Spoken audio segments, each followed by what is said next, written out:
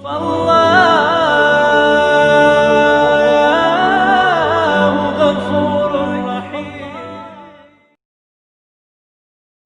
Muhammad Adnan Al-Afyuni, salah seorang mufti yang ada di kota Damaskus. Beliau menceritakan beberapa tahun yang lalu ada salah seorang yang berasal dari negara Syam. Kemudian ia mengajak istri, ibu dan kedua saudara wanitanya untuk berziarah ke makam Nabi besar Muhammad sallallahu alaihi wasallam dan menunaikan ibadah umrah. Sesampainya di Madinah Al-Munawwarah, maka lelaki yang membawa 4 orang wanita kerabatnya itu kehilangan tasnya, di mana di dalam tas tersebut terdapat bekalnya, uangnya untuk hidup selama beberapa hari di kotanya Nabi besar Muhammad sallallahu alaihi wasallam. Maka sebagaimana mestinya setiap orang yang tinggal di negara orang asing, tidak kenal dengan siapapun, dan ia kehilangan hartanya, dan saat itu ia membawa sanak kerabatnya, pastilah dalam keadaan bingung, dalam keadaan gelisah. Maka di saat kegelisahannya, di saat dia dalam keadaan kebingungan, ia langsung masuk ke masjidnya Rasulullah sallallahu alaihi wasallam. Ia melaksanakan sholat 2 rakaat dan kemudian duduk di Raudhatus Syarif, memperbanyak sholawat kepada Rasulullah, karena selama ini ia dengar salah satu daripada keutamaannya bersolawat adalah diberi jalan keluar dari setiap kesusahan, dari setiap permasalahan dan kesempitan. Ia pun berulang kali bersolawat kepada Rasulullah, dan saat itu berada dekat dengan jasad sucinya Nabi besar Muhammad sallallahu alaihi wasallam. Sambil keletihan dan kegelisahan yang terus berkecamuk dalam dirinya, ia pun akhirnya tertidur sesaat. Di dalam tidurnya ia ditakdirkan oleh Allah bermimpi dengan junjungan Nabi besar Muhammad sallallahu alaihi wasallam. Sholawat yang dihaturkan dari lisan dan juga dari lubuk hati yang paling dalam, dari hati seseorang yang cintanya kepada Rasulullah sallallahu alaihi wasallam, dari keyakinan bahwa sholawat yang ia baca akan memberikan jalan keluar dari setiap permasalahan, menjadikannya malam itu ia bermimpi dengan Rasulullah sallallahu alaihi wasallam.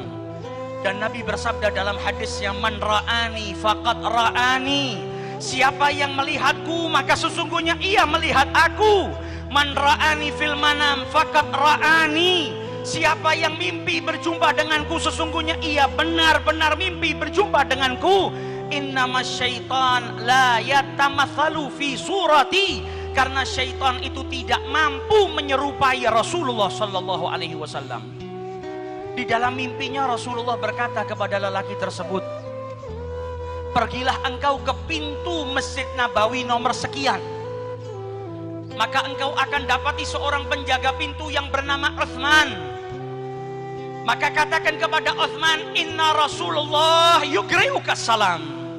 Sampaikan kepada Utsman kalau Nabi Muhammad mengucapkan salam kepadanya. Dan katakan setiap hari sholawat yang ia baca sebanyak 1000 kali sampai kepadaku, dan mintalah Utsman untuk menolong dirimu yang saat ini kesusahan.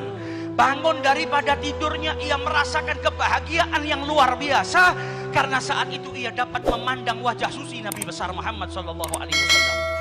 Seseorang yang dari rumahnya, dari negaranya yang jauh, ia habiskan bekalnya, hartanya, waktunya, uangnya untuk berziarah ke orang yang paling ia cintai, dan sesampainya di sana ia ditakdirkan untuk berjumpa dengan Nabi besar Muhammad sallallahu alaihi wasallam. Ia pun pergi ke pintu yang ditunjuk oleh Rasulullah.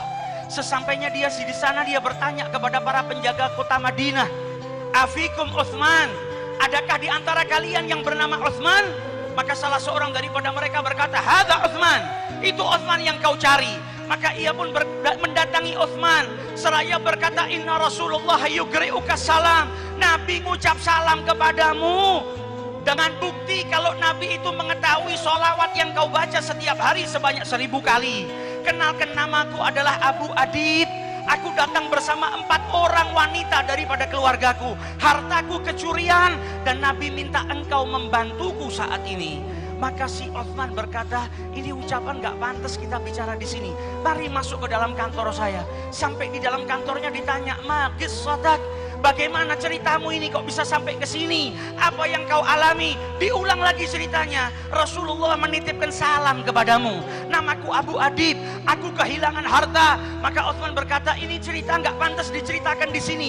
Ikut saya naik mobil ke rumah saya. Di mobil ditanya, bagaimana ceritamu? Maka dijawab, aku Abu Adib, aku datang ke sini dengan saudaraku, dengan ibuku, dengan kerabatku. Uangku hilang, aku mimpi berjumpa dengan Rasulullah. Ia menitipkan salam kepadamu. Sampai di rumahnya duduk, ditanya kembali, diceritakan kembali. Kata Utsman, kalau begitu kita makan terlebih dahulu. Selesai makan ditanya, bagaimana ceritanya? Diulang lagi ceritanya. Setelah itu ditanya lagi, bagaimana ceritamu? Maka Abu Adib pun berkata, saya tidak akan menceritakannya lagi kepadamu.